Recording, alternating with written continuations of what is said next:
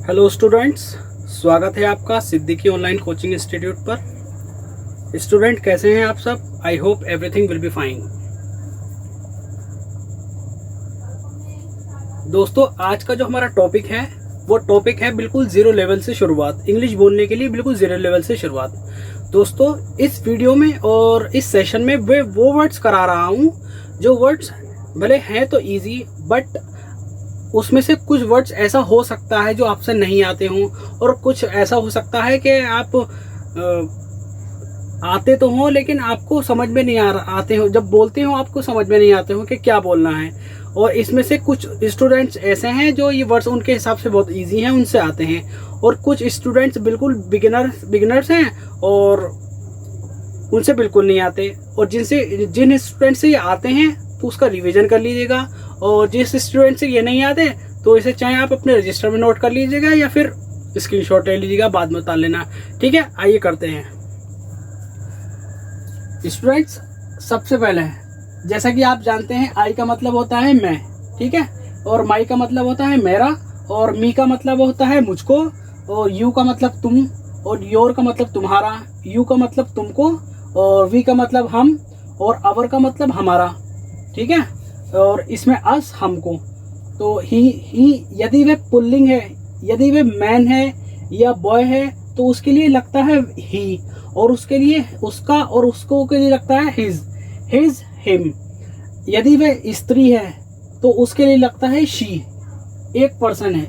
यदि एक महिला है या एक लड़की है उसके लिए लगता है शी, और हर लगता है उसका लिए। और हर सेकंड, फर्स्ट सेकंड और थर्ड एक ही है, लेकिन इसका मीनिंग अलग अलग है। जैसे उसका उसको, हु का मतलब कौन, हुज किसका, हुम किसको, वैन कब, वाई क्यों, वेयर कहाँ। ठीक है, कुछ वर्ड्स और हैं, मैं वो करा रहा हूँ, चाहे आप इसकी स्क्रीनशॉट ले लीजिएगा या फिर अपने रजिस्टर पर नोट कर लीजिएगा। आपको उतारने जरूरी है वर्ड्स। कभी आप ये सोचेंगे ये तो बहुत इजी हैं, अगर आपको इजी लग रहा है, जिनको स्टूडेंट्स को आते हैं उनके लिए कोई बात नहीं है, और जो बिगिनर्स हैं तो मैं तो यही सजेशन करूंगा और एडवाइस भी दूंगा कि आपको ये उतारने चाहिए। ठीक है, कुछ वर्ड्स और हैं वो कराता हूँ मैं।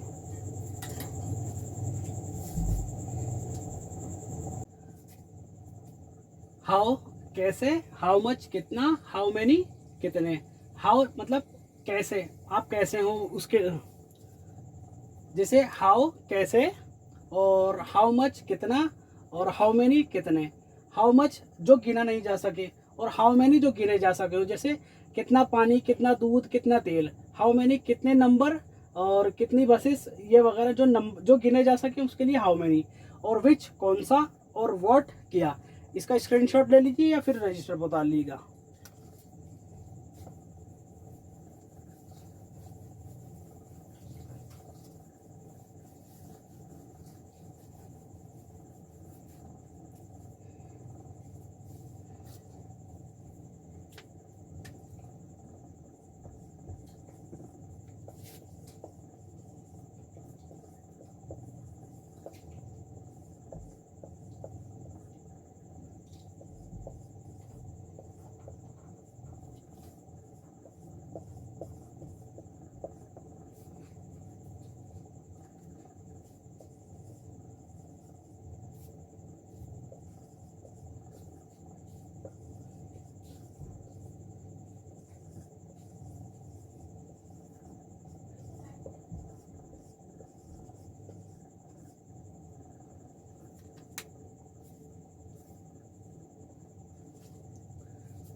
इज हमेशा सिंगुलर के लिए आता है, और एम हूँ, मतलब आई एम द बॉस या आई एम द विनर, तो हूँ। ठीक है, और आर हमें आर जो आता है वो आता है बहुत सारों के लिए, दे आर, और we are, and you are.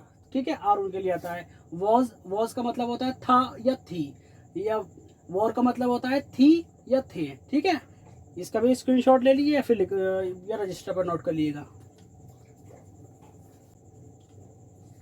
गागी के लिए गा, गाना गाएगा, गाना गाएगी या गाना गाएंगे, तो विल और शैल का यूज होगा।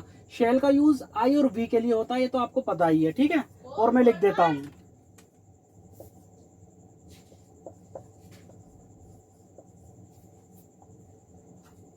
ठीक है, आपके जो ये वर्ड्स हैं जो आपके डेली यूज़ में ज़रूर यूज़ होते हैं, ये तो हो गए अब, ठीक है। अब मैं जो कराने जा रहा हूँ, वो कराने जा रहा हूँ आपको हैज़ और हैव। हैज़ और हैव का बेसिकली जो मीन्स होता है प्रेजेंट परफेक्ट में तो वो डिफरेंट होता है, लेकिन यहाँ पे जो यूज़ हो रहा है वो हो रहा है रखता है या पास है के लिए। जैसे मेरे पास एक पेन है, मेरे पास एक किताब है, मेरे पास एक बाइक है। जैसे आज अपनी आम भाषा में जो बोलते हैं, जो डेली यूज़ में करते हैं कि मेरे पास एक घर है, मेरे पास एक कार है, मेरा एक बिजनेस है, तो उसमें हमेशा याद रखना, पहले मैं लिखवा देता हूँ।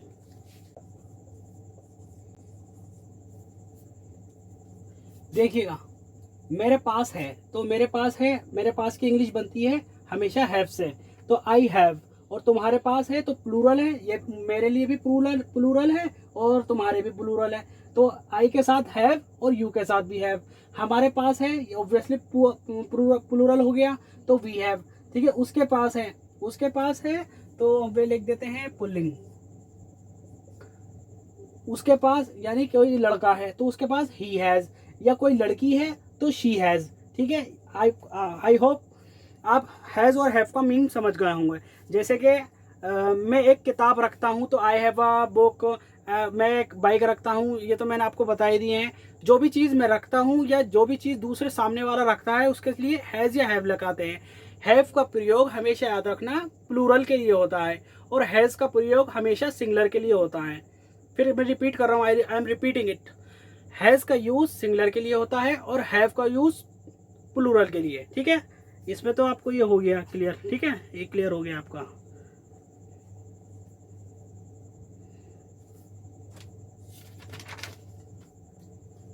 अब हम बता रहे हैं आपको आई हैड का यूज़, ठीक है, सॉरी हैड का यूज़ बता रहा हूँ मैं आपको।